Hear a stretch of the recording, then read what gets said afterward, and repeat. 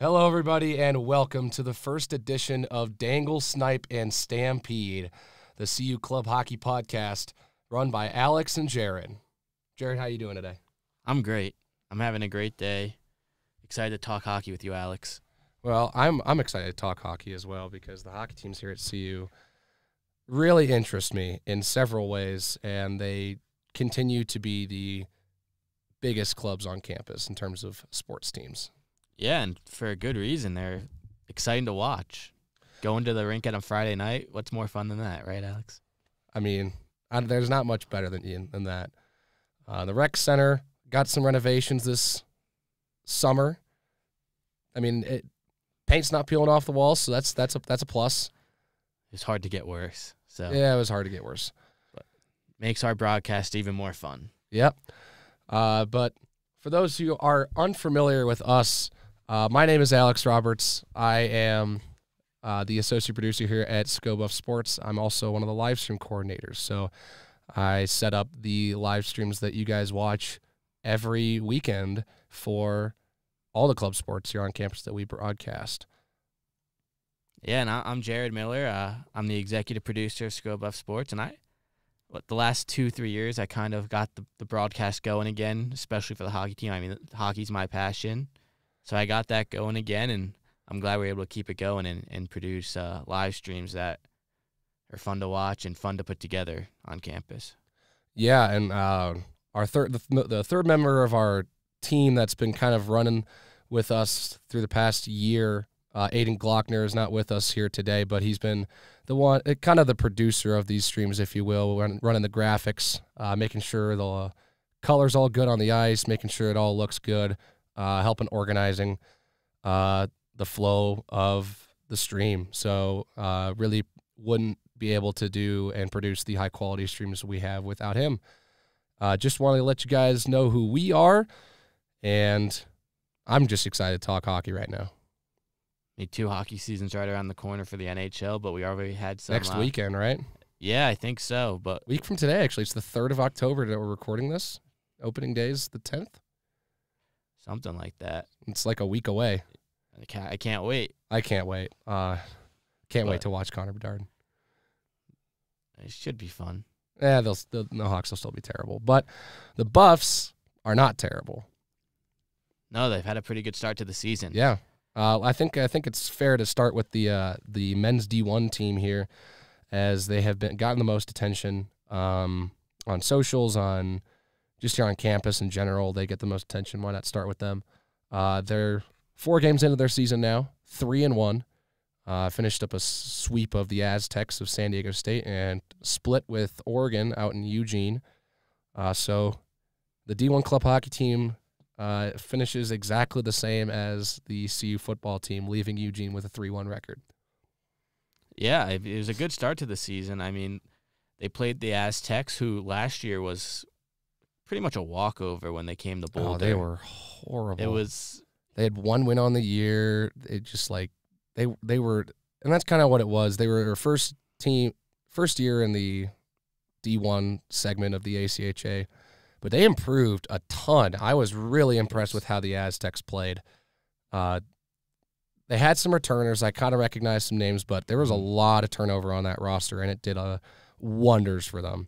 Yeah, no, they definitely made it a more competitive game. And that first game especially, we were kind of sitting up there in the broadcast booth, and we're like, whoa, like I didn't expect it to be this close. Well, yeah, and there were still – and despite that, there were still moments where Colorado just looked completely dominant. They were super physical in that first game. That was my big takeaway. Of course, you had that big giant hit on Gosnell that we've posted on our socials a couple times. I mean, he was a force. Fred Farrow was an absolute force. He got a goal, but he was just a bruiser. And he was one of the few guys who kind of really got physical in that first game that came back, because there were a couple people who did not play in that second game and got hurt. Yeah, there's a slight difference from the first and second game. But I think we talked about that during the broadcast itself. I noticed pretty early on, I was like, this team looks different than last year. It looks like there's more depth on the Buffs team this year, where last year it was the Pashenik, Borghi, McConaughey show. This year you still have those returners, but there was a second line of Trunco, I'm blanking, right? Trunco, Pearson, and Marcinkevičius. Yes, Marcinkevičius. Yeah. Where they were on the ice, and it was like, oh wow, these guys are controlling this puck. And then you had Blevins, Farrow, you had your big hitters on the bottom six, Kinney. Yeah, he was playing Kinney defense. on defense. But just more names that were kind of contributing. In the second game, you go in at Dougie Wood, who in his first game had a pretty big impact as well. So yeah, and he replaced Marcinkevičius. He kind of had an issue. I think it was his wrist where he got hurt. He left the game slightly early on the Friday night matchup, and then Wood came in the second matchup and had a goal, nearly had two, and a couple big hits as well. So he was a force. Yeah, so I mean, I think we didn't even talk about George Izzo, who's currently second on the team in points. So I mean, it was just more players that seemed to have an impact and ability to put the puck in the net that just helps the team overall with more depth. Well, the depth on this team really kind of, to me, is the big takeaway from these first four games. Of course, I wouldn't say Trunco is a new guy. He's captain. He's like what, sixth? This is his sixth year of eligibility and playing in. I think so. Maybe 7. I don't think it's 7. I think it's 6. I think it's 6. But he's taken over the captain role after Quinn Schreppel graduated again, and he was an assistant coach last year too, which is really interesting. And then halfway. Getting in the second semester against San Diego State was his first action of the season. Yeah, that confused us up in the booth. Oh, yeah, I was really confused. I'm like, second. hold up. Does he have eligibility still? But he does, and he's got another year. I think this is the COVID year that he's getting back. Yeah, I think so. The COVID year, I think, is given extra years. Yeah, but, he's on a line with two new guys in Pearson and Marcinkevičius, and, of course, Wood in that second game against San Diego State. So. And against Oregon, Wood stayed in both games as well. So yeah, so, I mean, I think that him taking that role and playing on a line with two new guys, putting them in, I think that's going to go miles because that line, Trunco, Pearson, and Wood, was huge in that second game against Oregon. They did the bulk of the scoring. And I'm really looking forward to that line being a solid second line behind McConaughey, Borghi, and Pashenik, the star-studded lineup that we had last season. Top 3 players in points by a landslide on the team last year. Mm-hmm. Yeah, it should be exciting. And then just George Izza playing with Farrow on the third line. I mean, it's just a lot of players that they were here last year, but they didn't have as big of an impact. So maybe that extra year could help a little bit, and then just adding more players. And I wonder how much CU being such a big draw with Coach Prime in football, I wonder if that does have any impact on people wanting to be in Boulder even more, even if it's playing hockey, not football. I wonder if people see that and be like, let's come to Boulder. Well, you talk about the Prime effect. Yeah. I mean, it's kind of a trickle-down thing. It's like everyone wants to go, see the football games, and then you got people who now are sending in applications to apply to the university because, that's how this stuff works. Mm-hmm. When your athletic programs are successful, your application rates and the number of people who apply to your school skyrockets, especially if you were a bad, even terrible athletic program last season. Man, that football team last year was hard to watch. Yeah, it wasn't great, but it's exciting at least this year. But I agree. I agree when you say that. I think there are a certain amount of people who, maybe apply to come or transfer into this school because of Prime.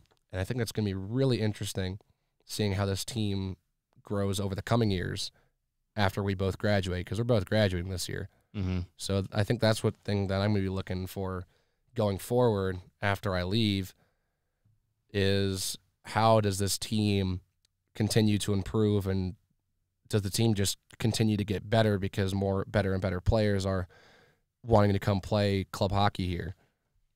Yeah, we'll see. But at least this year it should be exciting. I'm really interested with this year. We're just coming off the first week of the WCHL play. First kind of conference games were played this week. And a couple takeaways I have. UCO went to CSU and only won 5-2 and 3-2. They didn't dominate them. And that kind of, I'm interested to see how they play. I mean, they dominated their other 2 games against Alabama, I mean, but that's UCO. And I'm really interested to see what Central Oklahoma can do because their next conference games are against us here in Boulder. Mm-hmm. So I'm really interested to see how they play in their next series and see if the Buffs really have a shot. That was kind of the biggest takeaway I have. Also, GCU forcing overtime against UNLV in the first game of the year, which I'm impressed with. Yeah. Especially considering they lost like 11-0 the next game. Sometimes it just goes like that. I don't know. The WCHL is super interesting because it seems like there's – I mean, it doesn't seem like that. There are a lot of good teams that it's a tough conference to get out of. And playing Central Oklahoma, who's always ranked fairly high, UNLV, Missouri State, it's tough to kind of get through. Arizona State and Arizona are always pretty solid teams. Utah as well. Yeah, so it's like a tough it's like you don't really get a break exactly. No, this conference is the best in the ACHA. I don't really think that's up for debate. Even last year, it was Oklahoma came to Boulder, and it was a 5-4 overtime game and a 1-0 shutout. So like even the teams at the bottom of the WCHL aren't bad. It's just kind of middle of the pack. Just a bloodbath kind of all the way through. Yeah, and I feel like, for teams like Oklahoma and us, because I think we, at the end of the year, the 2 of us, Oklahoma and CU, finished as the 2 bottom teams in the WCHL in terms of the computer rankings, which I think we might actually be getting their first edition of those. Or not the computer rankings. That'll probably come in November, but the first rankings will probably come out this week. That's true. Yeah, but even with CU and Oklahoma being the 2 bottom teams in the WCHL, they were still still over the halfway point. Like they were still sitting around the halfway point. Yeah, right around 500. D1, and I think that shows that how good this conference is. And I think Oklahoma would have a much better record than what they had last year if they were in any other conference. They were 8-16-6 last year. 2 wins in the conference, one of them coming against CU. That's a tough slate. That is tough. But it's also it should be exciting now just seeing how that goes. Just with a kind of not a fully new team, but a lot of new pieces and there's still a nice backbone of this team with, of course, McConaughey, Pashenik, and Borghi. Now the new president of the club, Trunco coming back, and then of course you got Liam McGuinn still holding down the net, which is interesting because he didn't play either game at Oregon. It was Matt Server who played both, who played at Oregon last year. So I thought that was interesting. Interesting. Yeah, played at Oregon last year, and I think it just adds a whole nother dimension to the team as well. Because last year, when O'Gwen wasn't playing, the team struggled a lot more than when he was back there. Yes, I mean look at their series against UNLV for example. I mean, letting up 7 goals in that first game with Ethan James, and then the second game, Le Guin comes back, and it's 3-1. Yeah, something like that. He looks so much better. So I think if you because the D1 team had a couple of new goalies this year, or has a couple of goalies with 4 on the roster now. So I think that can help even more, just having more comfortable, a bit more comfortable back there. Yeah. Even if your number one's not playing every game. No, I agree. I mean, there's only one returning backup from the team last season. Ethan James he's not on either of the men's teams. I think he just stopped. I don't know what happened. Not sure. But he's not playing. It's fine. I think I saw him when we were doing the SDSU games. I think I saw him in the rink. I'm not sure though. But the only returning goaltender is Nick Novodvorsky, and he played in 1 game last season against CSU and got pulled, I think, in the first period after like 3 or 4, something like that. Yeah. James comes in. I mean, that was probably the biggest blowout of the year, 14-2 or something like that. Just tough game. Yeah, I don't know.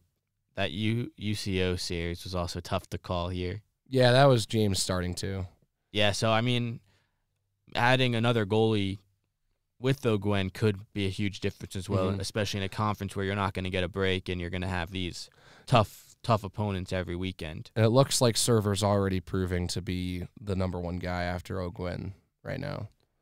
Yeah, especially getting those starts after. I have to imagine. I'm not sure. We haven't made it out to a practice yet. I don't believe. No, not yet. But maybe I don't know who the backup was this weekend. I don't know if O'Gwen was suited up at all or even, but certainly something to look out for and see if it's just going to be one of those tandem goalie systems. Because last year O'Gwen played almost every game when he was healthy. Yeah. It was when he was hurt that he didn't play. Mm-hmm. So we'll see if what happens moving forward with the goalies, but it should be exciting no games this weekend. They had a schedule. They had a series scheduled with Iowa State this weekend.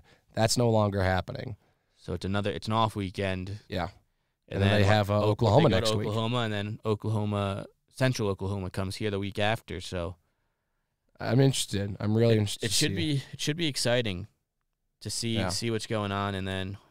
Well, funnily enough, talking about like their canceled stuff, they had this series with Iowa State.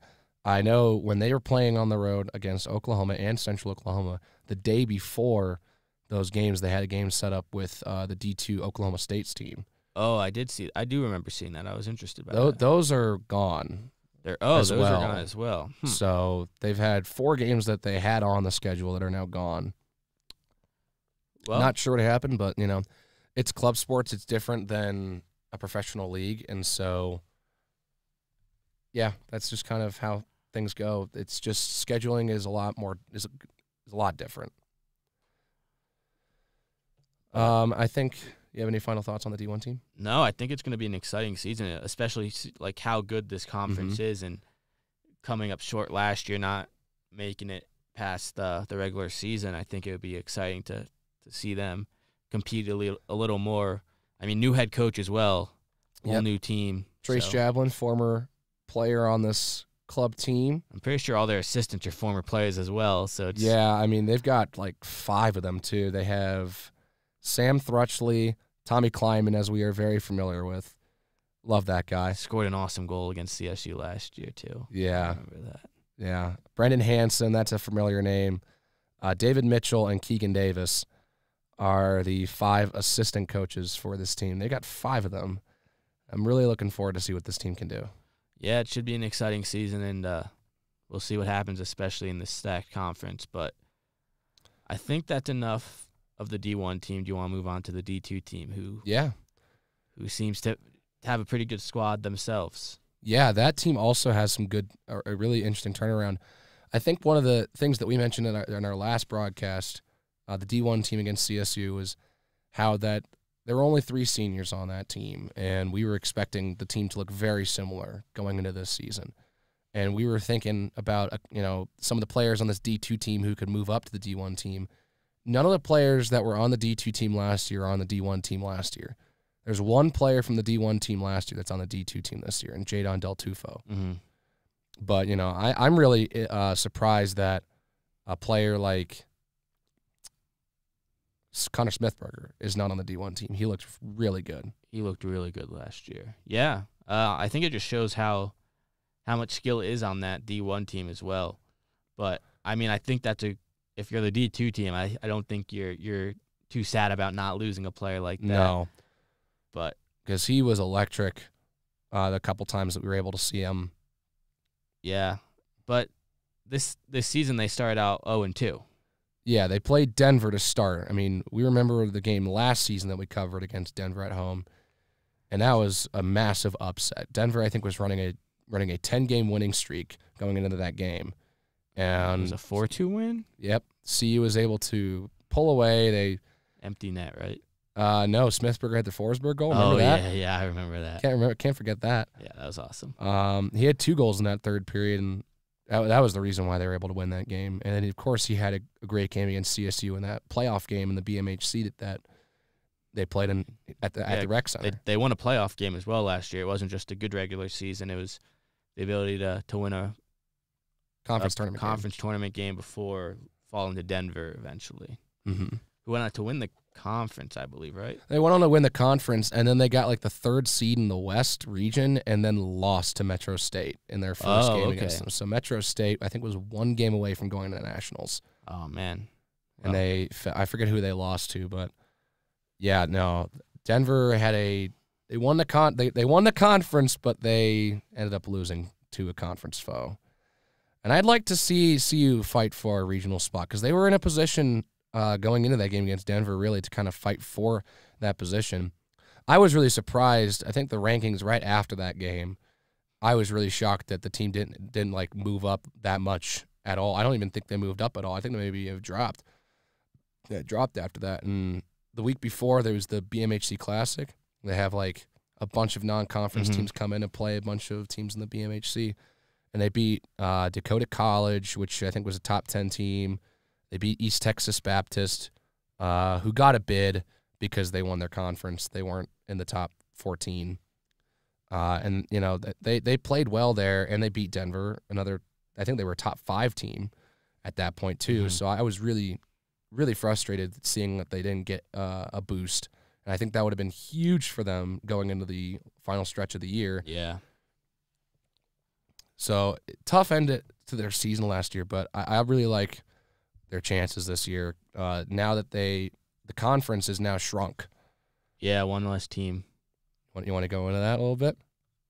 Not too much, but UNC has, I forgot how many years, but I think it was a couple year suspension. Yeah, I think it's 3 years. I think it's 3. So one less team that's going to be playing in the Big Mountain Hockey Conference, but it's still going to be a tight conference even without.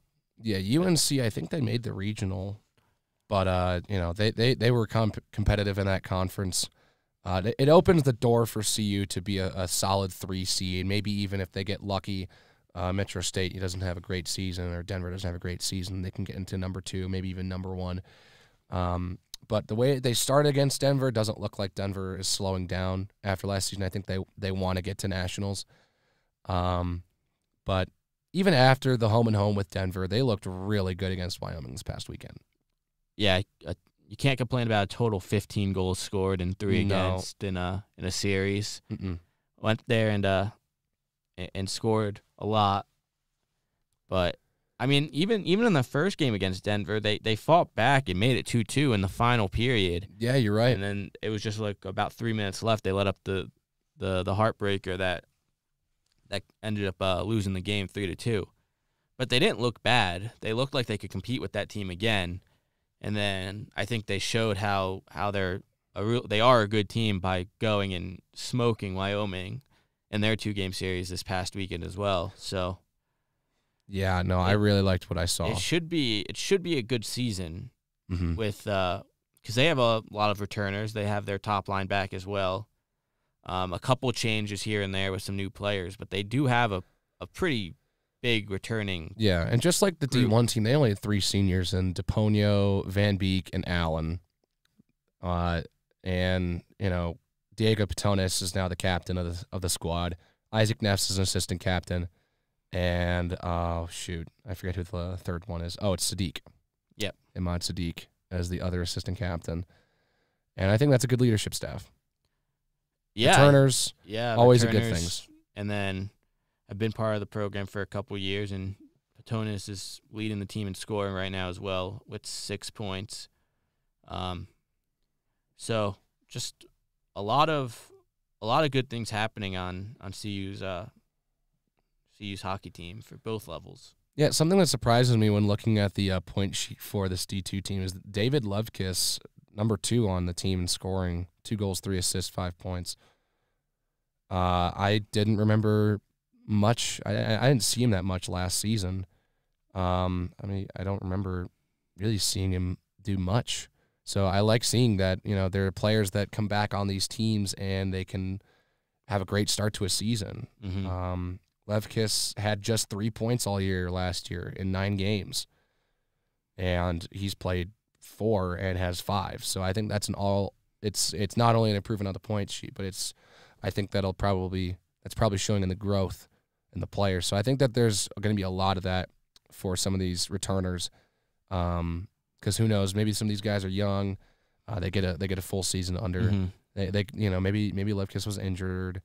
We didn't get a chance to cover the D2 team as much as I think we would have liked last season. Yeah, the schedule is Very home heavy to start. the year, and then the second half it was a lot of away games. Yeah, once we got like things going in like about late October last season, most of their home games were kind of done with. But luckily that's going to change this year.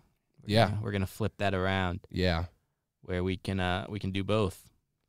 Yep. So. We will see the D2 team this weekend as they take on East Texas Baptist for 2 games. I actually this morning, one of the guys in my group for one of my classes for a group presentation, and I noticed he had some hockey stuff on. So I asked him, oh, nice, stuff. And he sees, I think, an intern with him, and he confirmed for me that the game on Friday is actually happening. Perfect. So they have 2 games this weekend against East Texas Baptist. It sounds like from what he said that game on Friday was originally supposed to be UNC. But they were able to get, East Texas Baptist to say, hey, we'll stay another day and play you guys one more on the day before. Okay. So the Friday game will be a later start. I think it's 7, I want to say. 8. It's a later game. That's good. I like later games for Scobuff Sports' sake. Yeah. And then the second game on Sunday is going to be a 12 noon start Mountain Time. So that'll be interesting. I'm really excited to see how this team looks against them. A team that won their conference last year, just snuck into the regional tournament last year. They played Washington in the first round and lost 2-1. So I think they're probably out for some revenge. Want to repeat as conference champs. I believe they are in the Texas Collegiate Hockey Conference, and they're with teams like Texas, Baylor, TCU, A&M, like that. They are the smallest school in that conference. So it's exciting to see that much hockey down in Texas. Honestly, yeah, kind of surprising. Because I was talking to my dad the other day, and I was like, the team's playing East Texas Baptist. And he was like, what? Like, they have a hockey team? Yeah. So, it's, it's cool to see hockey. And maybe we'll see some of those teams. Because we don't have the teams who are coming for the big BMHC Classic, yeah. Yeah, we don't have that yet. So, I don't think so, right? No, we don't have that yet. So, I mean, maybe we'll see some more teams come to Boulder or come to Colorado and participate in that, so that should be exciting to see some of those games. Yeah, well, they had Texas A&M in town last year. It wasn't for the BMHC Classic. It was like right before it. And they do play Texas this year, if I'm not mistaken. Yeah, they mistaken. do play Texas at home. That I'm really excited. That's going to be a very interesting day. The D2 season's a lot more not exciting, but it's cool because you see different teams. For the D1s, you see the WCHL, and that's about it. Yeah, and then we have San Diego State and Oregon, which is why when you told me about the Iowa State matchup, I was like, oh, wow, cool. It's a non-conference game, and it's not like, teams out west in a former Big 12 rival, Big 8 rival. So I was really looking forward to that, but, not meant to be. But at least like with the D2 team, you definitely see these matchups more often where you get – most of them are on the road this season, but Texas is coming to Colorado. That is going to be exciting. So that day is going to be super exciting because the same day is when the men's team, the D1 team, plays CSU at home for the first time. Oh, man. That's always a crazy day. That is always a crazy environment. Oh, man. I want to see that. Both teams are on December 1st are going to be at CSU. Might have to make a trip up to Fort Collins on December 1st. I would love to see the fans show up for the D2 game against CSU the following weekend on the 8th of December. At the same way they're going to show up for the men's D1 game. I would love to see that. I think the D2 team would love the energy, and it could very much give them a lot of momentum. Yeah, we'll just have to wait and see. That's still a couple months away. Yeah, that is. Just entering. That's 2 months away. Quite a while away. So. East Texas Baptist this weekend, they play CSU on the day in between that they play us. And then Denver and Wyoming will play, so that'll probably be 2 easy wins for Denver. We'll see. Not to mention Metro State to start their season. They beat the D1 CSU team. Yeah, I was going to bring that up. That's always fun to see. That's always really interesting to see. And they beat them in overtime. I watched the end of that game.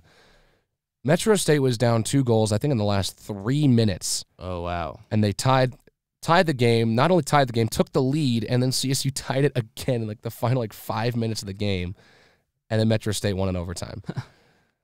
Wow. That's a ridiculous game. Yeah, no, that's exciting for sure. But that Metro State team is always solid.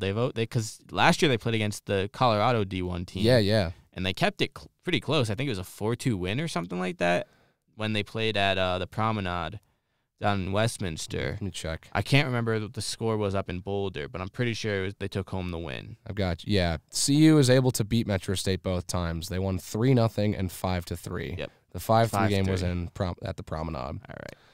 And of course we were about to have a third game against them last year. And the refs didn't show up. Yeah, and then the refs didn't show up. That happened 2 or 3 times last year, I think. That was the only time that happened for a men's team. It happened with the women's team at least once as well. Yeah, so which stinks when you set everything up and then there's no game. And they all show up and Speaking of the women's team, you want to move on? Want to move on there? Yeah, I think so. Not as much to talk about with them not playing yet. Their first game being this weekend against Michigan State at home. I'm really looking forward to that. Michigan State's not a bad team. No, that's a pretty big hockey school too. Yeah, so I'd assume that would be a really competitive game. And then of course the next day, Sunday morning, 9 a.m. Mountain Time start. That's gonna be an early morning for me. They'll play Montana State and they will absolutely crush them. Montana State's still an independent school. Yeah, they struggled last year, and it seems like they had a struggle to this season as well. They played Utah this past week. Lost the first game 4-0. Second game, they lost 13-1. Yeah. So that sounds about right. I mean, they definitely struggled last year. Those seemed like, even like talking to the coach of the women's team last year, Olivia Wilburn, she said it's kind of tough to play those games because you're like, what do you really do? You're not taking anything away. You're just putting in like points, and it's kind of like it doesn't help you grow at all as a team. Yeah. So we'll see. It might be nice though, but last year this women's team kind of took a step back.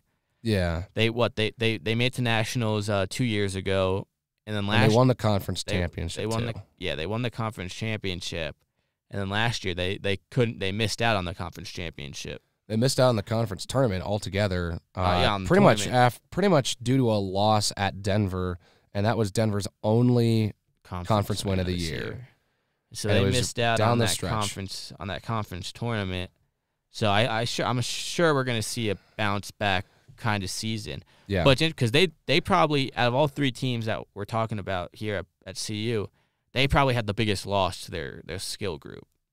Yeah. With their best player not returning, in Sydney Brown, who graduated and was a point leader the last couple seasons, or definitely at the top of their scorers. Yeah. And then they lost 3 or 4 more players on top of that. Yeah, they've by far had the most seniors on the team. Mm-hmm. So I know Mia Moan was a senior. Zaya Sachs, I believe, is also a senior. A couple other than there was a couple more. But so that they're the most interesting team because they took a step back that they probably didn't want to see last year, and this year we'll see if they change anything up. But they're the only team that also has a returning coaching staff from last year as well. So maybe it's just an extra year to get things get back into things, and maybe we'll see a little bit of a different result this year with this women's team. I'm really hoping that it's going to be a different result with the team because I feel like it's a bitter end to a season which you kind of had hopes for nationals, and you had pretty high hopes. Yeah, going especially into the year season. Before having such success. Yeah, and they took down ASU for the conference championship, where when ASU got here for the conference tournament this past season that we covered, they outmatched every single team in the conference. They showed up, and you kind of knew they were going to win when after you saw them play for about 5 minutes. You're like, yeah, this team's good. Yeah. And they did win. Ended up going to nationals. I don't think they did very well at nationals. Yeah. I think they lost both 2 games that they played. I don't think they got a win. Weirdly enough, the Division I for the women's Division I, there's only 3 conferences, and that's the WWCHL, There's a Midwestern, kind of area with, Minnesota, Minot State, Liberty, Lindenwood, Maryville, and then you have the CCWHA, which is pretty much all up in Michigan and Ohio, and pretty much kind of Big Ten land. And then, of course, Independence, being Montana State, Wyoming. Air Force got demoted to D2. So the Air Force team that was getting whooped around last season by a lot of these teams in the WWCHL will be in the D2 division this season. But ASU,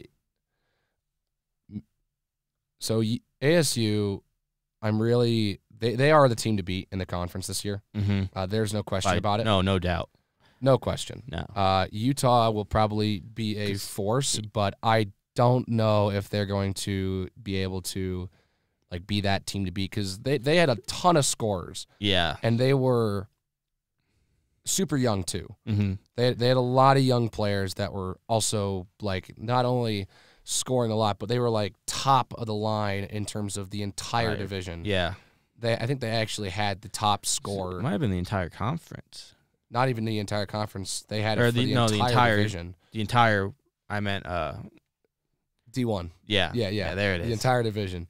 Yeah, Ava Kistner, and she looked fantastic in that tournament. So I'm expecting Utah to be a solid 2 seed. GCU is pretty solid. I'm pretty sure they're bringing back a lot of their players as well. Colorado's got a lot of work to do if they want to find a way to get into the conference tournament this year, which I just saw is in Salt Lake City this year. Oh, okay. So Utah's hosting it. So that'll be interesting. So I guess we'll see what happens with that. But I'm really looking forward to it. See I'm what they can for all do. 3 seasons for sure. All 3 teams this year. I really am interested to see what they do here against Michigan State. I think that is probably the game that'll have more big takeaways than the win against Montana State. It's harder to tell right now kind of what's going on when you haven't seen this team play yet. Yep. I think we're gonna meet the team next Monday to kind of get to know them, do a small media day with them, and then after their first 2 games are done. But it's going to be nice to kind of get to know them a little better, and especially seeing how those 2 games go, just seeing what's actually going on with the team. Yeah, and then after this weekend, the Michigan State game, for people who are interested, that'll be a 4:30 p.m. start time on Saturday. And then the Montana State game is on Sunday at 9 a.m. Mountain Time. They're competing with the football team on Saturday. Yeah, I know. Same time, same exact time. I think it's 4. I think it might actually be 4. It might be 4. But, they're pretty much competing on the exact same time. But, I mean, honestly, probably going to get the same amount of viewership because they're going to have to watch the Pac-12 That's true. It's hard to watch the Pac-12. It's easier to watch Scope of Sports on the Pac-12 network. So maybe we'll see. Maybe. But. Their next home series after this weekend, though, will be against ASU. And that is at the end of the month. Yep. 27th, 28th. They get their only game against Denver this year. They have 2 games on the 28th? Yep, they play twice. They play Denver and ASU. Do we know which one's first? I remember seeing it. I forget it off the top of my head. Here's their schedule.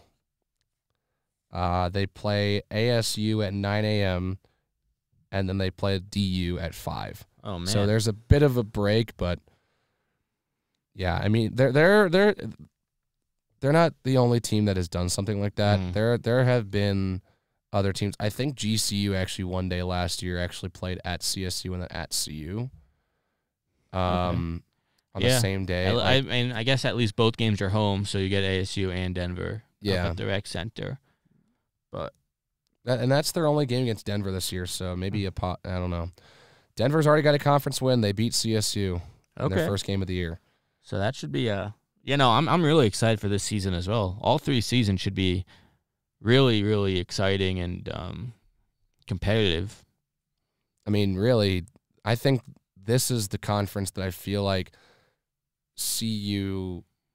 I think the WWCHL is the most unpredictable conference of the 3 that CU participates in. The BMHC, we have Denver and Metro State, and then the other 3 schools pretty much, with Wyoming kind of at the bottom. Obviously, after seeing what CU was able to do to them this weekend. And then the D1 team is obviously in the toughest conference, and there's pretty well-established tiers in that conference. This one, we all know ASU's the front runner in the WWCHL. but I really don't know. It I feel like opens it's up a lot after that. It's going to be really competitive to get the other 3 spots in Salt Lake City. Mm-hmm. Yeah. So every conference game is going to be incredibly important for CU. Yep. Any other final comments about the teams in general? No, I'm just excited for things to really get full swing. I know we started slowly, had a couple streams 2 weekends ago. Yeah, kind of about a week and a half now. Yeah, so I'm excited to kind of get fully into things and see how things go. I really am too. 4 games this weekend for your Buffs.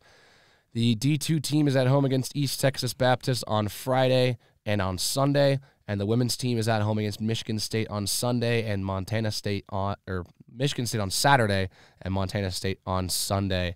Thank you for tuning in to the first edition of Dangle, Snipe, and Stampede.